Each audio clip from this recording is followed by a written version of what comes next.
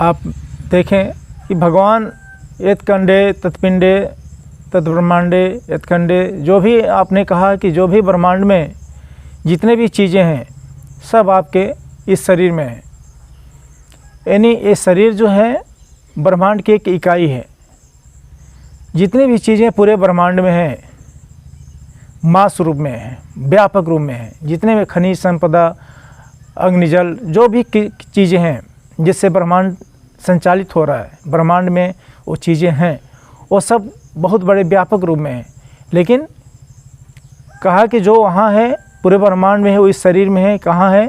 क्योंकि इस शरीर में भी वो सारी चीज़ें हमारे हैं, लेकिन सूक्ष्म रूप में है, नैनो पार्ट में है। आप बताइए कि शरीर में अभ्रक, कोयला, अभ्रक, sulphur, manganese, calcium, iron, phosphate, सब कुछ इस शरीर में है। वो ब्रह्मांड में है, लेकिन ब्रह्मांड में व्यापक रूप में है। इस शरीर में कण के रूप में है, पार्टिकल रूप में है, नैनो रूप में है। तो ये इससे ये प्रतीत हो रहा है कि ये हमारी शरीर ये ब्रह्मांड की एक इकाई है। और इसी को लोकसूक्त में कहा गया है कि पूरे ब्रह्मांड का नियंता ये पिंड है, ये शरीर है, पिंड है। और संन्यास परंपरा में कहा गया है कि सन्यासी के शरीर ये चलता फिरता तीर्थ होता है। सन्यासी के शरीर अपने शरीर को शरीर नहीं मानता है, देवालय मानता है। क्योंकि सारी देवी देवताओं को वो मानता है कि हमारा शरीर, इस शरीर में ही सारे हमारे देवी देवताओं का वास है। क्योंकि जो पूरे ब्रह्मांड में है, इस छोटे से पिंड में सब कुछ यही है, सब कुछ यही है, इसी में है, कहीं कुछ नहीं है। और इसी को पाना, इसी को समझना और इसी को आत्मसात करना और अन्वेषण करना ही एक साधना की प्रक्रिया होती है।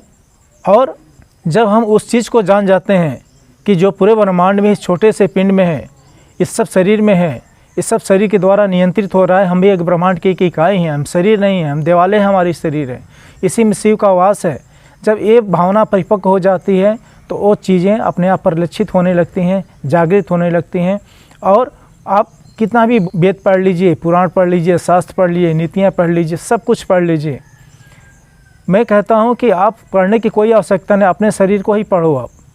आपके अंदर, शरीर के अंदर जितनी भी गतिविधियाँ हो रही हैं, हलचल हो रही हैं, क्रियाएँ प्रतिक्रियाएँ हो रही हैं, सब उसका अन्वेषण करना शुरू कर दिया, अवलोकन शुरू कर दिए, उसका चिंतन करना शुरू, इसी को मनन कहते हैं। और जिस दिन वो समझ में आ जाएगा कि नहीं, ये सब कुछ जो भी गतिविधियाँ हो रही हैं, मैं तो कुछ भी नहीं हो रहा है, करने वाला तो कोई और है, हो कहीं और से रहा है, मैं क्या कर रहा हूँ, मैं तो कुछ नहीं कर रहा हूँ। जिस दिन ये भाव जागृत हो जाएगा, जिस दिन ये अनुभूत हो जाएगी, आप बाहरी गतिविधियों को पढ़ना शुरू कर दीजिए। जिस दिन अपने आप के जितने भी अंग आवे और जितने भी शारीरिक गतिविधियाँ, क्रिया प्रतिक्रिया प्राकृतिक रूप से आपके शरीर के अंदर हो रही है, सबका अवलोकन अन्वेषण करना शुरू कर दीजिए। जिस दिन आप इस अन्वेषण करने में परिपक्व हो जाएंगे, महारत हासिल हो जाएगी, उसी दिन मन अंतर्मुखी हो जाएगा। मन जब अंतर्मुखी हो जाएगा तो फिर ब्रह्मांड और प्रकृति के सारे रहस्य आपके सामने सुलझने शुरू हो जाएंगे और लगेगा कि नहीं, इस अध्यात्म और भगवान का मार्ग तो बहुत ही सरल है, सहज है। जितना हम मानते थे उतना कठिन नहीं है, क्योंकि भगवान हमारे पास है। इसी कहते हैं शिवोहम शिवोहम शिवोहम।